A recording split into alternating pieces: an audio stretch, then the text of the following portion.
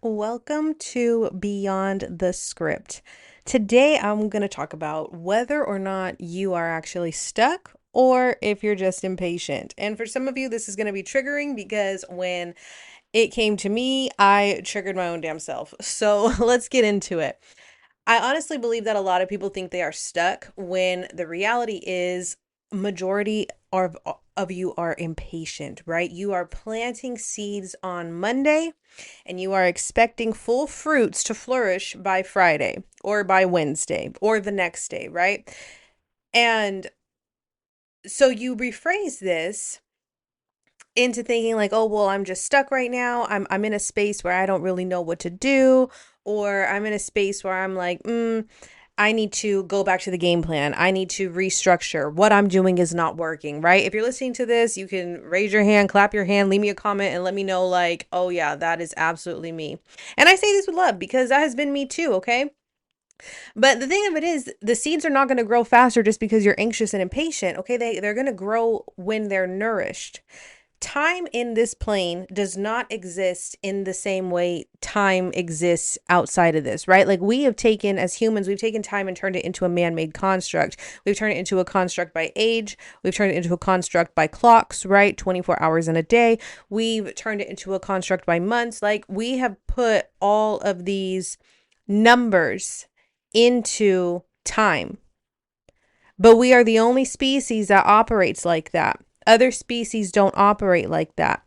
The birds outside are not in a rush. They see the change of the seasons, they build their nests, they hatch their eggs, they go on about their business, right? We are the ones that are constantly in a cycle of comparison, constantly in a cycle of impatience, constantly in a self-talk of, well, it's not working, right?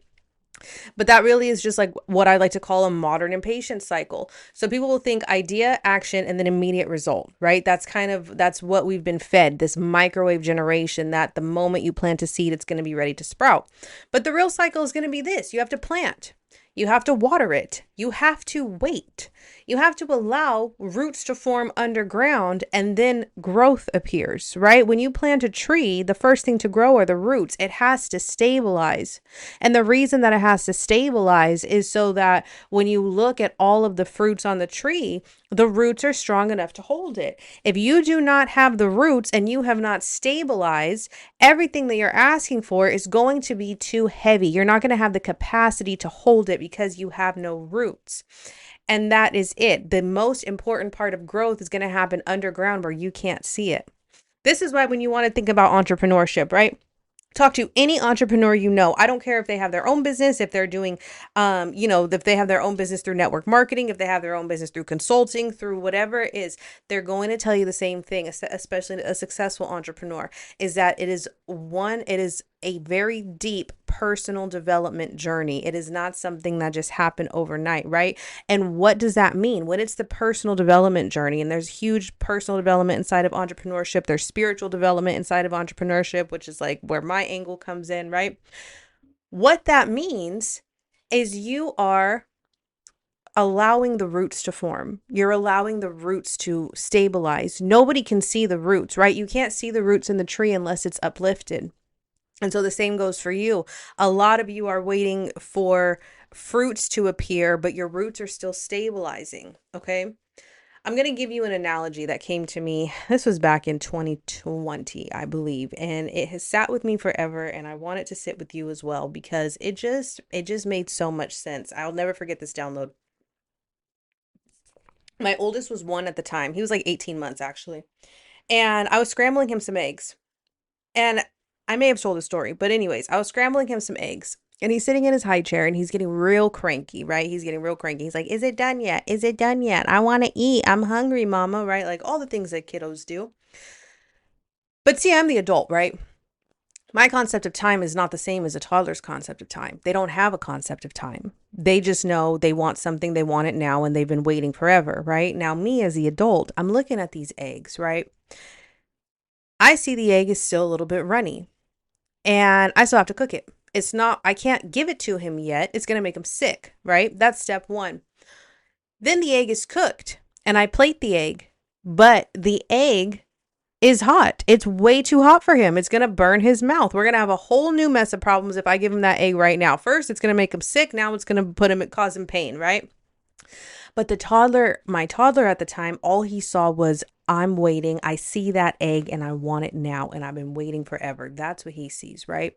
So all of this is going on. And I remember, scrambling his egg. I used to make him eggs and crab cake. Yes, he was like a spoiled little guy. But anyways, I remember scrambling his egg, and just clear as day, this download came to me. And it was like, Nikki, that's how God thinks when you're praying for the same thing over and over again. God is telling you it's not ready yet. It has to cook a little longer. It's too hot for you to handle, right? And I connected it very well because the essence of time off of earth is not the same as time in earth. See, 2 to 3 years in God's eyes, that's nothing. 2 to 3 years, that's half a second, right? The same way that I know this egg taking 3 minutes to cool, that's really not that long. You're going to be fine, right? But to my toddler, 3 minutes might as well have been the whole day. You see what I'm saying?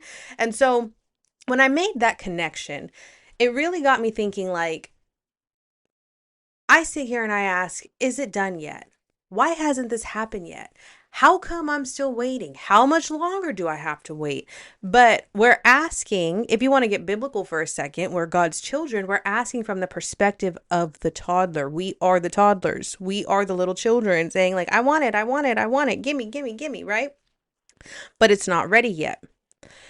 And from this impatience of not allowing the seed to grow in the way that it's meant to grow, a lot of people start to sabotage their own process because you dig up new seeds or you plant a different seed. You look at that seed that you just planted yesterday and you think to yourself, well, it's not working. It's not growing. I already watered it. I already did this. Like, whatever. I'm going to plant a different one. I'm going to plant a different one. Now no seeds are being nourished. Not a single one. Okay. What does this look like if I get off of the metaphors for a second? What does this look like in practicality? In practicality, some examples are quitting too early, right? Changing direction every week. I got to change this niche. I got to change this niche, right? And you can listen, I am not against being multi-niched, multi-passionate. Okay. Lord knows that I am, but it's abandoning the other projects and practices before they've matured in the name of a pivot, right? In the name of changing direction. That's when it becomes problematic. Doubting the process is a big one. Oh, it's not working. It must not be meant for me. I'm not cut out for this, right? Those are the practical things that we see come up when we are being impatient instead of allowing the seed to flourish, right? We start to tell ourselves, well, I'm just stuck right now. How much longer is this going to take? I feel so stuck, right? But that doesn't give us feeling like stuck is a feeling, right? You can come and go in stuckness. But the real reward is in waiting. It's in the persistency. It's in having the patience, okay? If you're going to keep digging up a seed to check if it's growing, you're interrupting the growth. That's like somebody posting 2 weeks of content, nothing goes viral, there's no leads, and you think, oh, it's not working. I'm going to go over here. I'm going to do something else, right? But you haven't even developed your roots. For those of you listening and you're tying this back to your business, I want you to think for a moment. If you got everything that you have been praying for, do you even have the capacity to hold it? Are your roots stable enough to hold the influx of things? Do you have the systems in place to hold what you want to hold? Do you have the energetic capacity to hold the money that you're wanting to receive? Because see, you're wanting this money and God's like, I can't give it to you because you're going to get rid of it. You can't even hold it yet. You're not strong enough to hold it yet. You don't have the capacity to hold on to it. Look at your spending habits. Right when you get money, you release it. And so when that happens, it's like, I can't give you any more because it's not going to be used the way that it's intended to be used. It's not going to be used the way that you think it's going to be used because you don't have the capacity to hold it. Your money roots are not built yet. And you can see that the money roots are not built yet based on how you show up in your business. If you gain momentum and then stop once the momentum picks up, you don't have the capacity yet to hold that level of success, to hold that level of visibility. This is why you'll gain momentum and say, oh, I feel so stuck. You're not stuck. Your identity is panicking. You haven't grounded yourself. You haven't rooted yourself in this, okay? Now, signs that you are not stuck. If you are learning, if you are building consistency, if you are continuing to move forward, if you are refining something. And I say that one loosely because there are some of you out there who will refine, refine, refine in the name of saying that it's not good just to pretend to be stuck, okay? But true stuck is when you've actually stopped nurturing the seed. If the only moment that you have is now, how are you stuck in right now? You can't be. It's not possible. You can feel stuck in circumstances, but if you're taking the daily action towards the life that you want to build, then at that point you're not really stuck. You're just impatient, okay? When it comes to this, let's redefine what waiting looks like, okay? So, waiting does not equate to inactivity. Okay, waiting is preparation. Some examples of things that you can see are waiting and you know they're working, but they're going to take time. Pregnancy is a perfect example of this. You know those babies can't come out until a certain time, right? And you also know the time is coming. You also know the baby cannot stay in the womb environment forever. The baby has to come out one way or another, right? The baby has to come out. But we don't sit there and rush that process. Well, I could get on a tangent about sometimes we do, but let me not go there. We don't sit there and rush that process. We allow it to take its time. We know that there's a waiting game. The mother especially knows, especially in that third trimester. Lord have mercy. I have 3 children. I know what that's like, right? So we know that the waiting game in pregnancy is preparation. The baby is being prepared to have life outside of the womb, right? Farming is another one. You plant seeds. You know that the crops are going to grow. You know that certain fruits, certain vegetables, certain nuts, certain anything is going to bloom, is going to grow during certain seasons. But not every season is a blooming season. Some seasons are planting seasons. But we still know that what we plant is going to grow. But we can't see the seeds underground. We don't see the roots forming. I planted a lot of different things. The first thing that comes up is always the roots, and I never see it happen until I go to pluck the vegetable, right?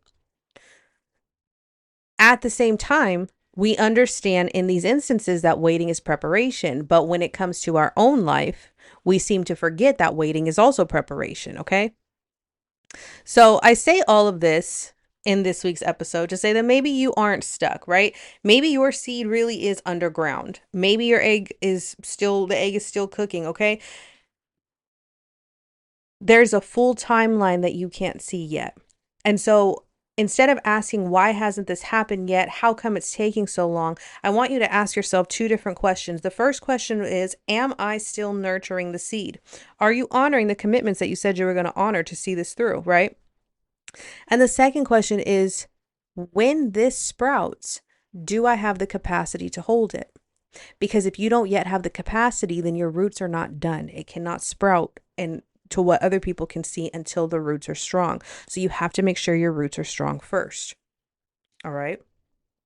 And if you need help making sure your roots are strong, I will say that that is what my Substack is all about. It was the identity work, the internal work, the spiritual side of entrepreneurship. Those are things that I do on my Substack. I will be reopening the Scribe Society, which is actually going to be a community that is catered to that, to the inner work, to the root building work for entrepreneurs who are like, I don't know what's going on, but there's something off with my capacity, because we have to fix the capacity. There's no way around it. So that is all for today. Thank you for tuning in. If you like this episode, if you know somebody who claims they're stuck and you can see clear as day that they're just impatient, send this along to them. You guys journal on those last 2 questions, which is, why hasn't this happened yet? And do I have the capacity to hold what I'm asking for? Do an intuitive writing on that. Allow yourself to, just sit in a free flow state and write for about 10 minutes and really see what comes up. And you will be surprised at what comes up, and you will also have the action to be able to take it forward.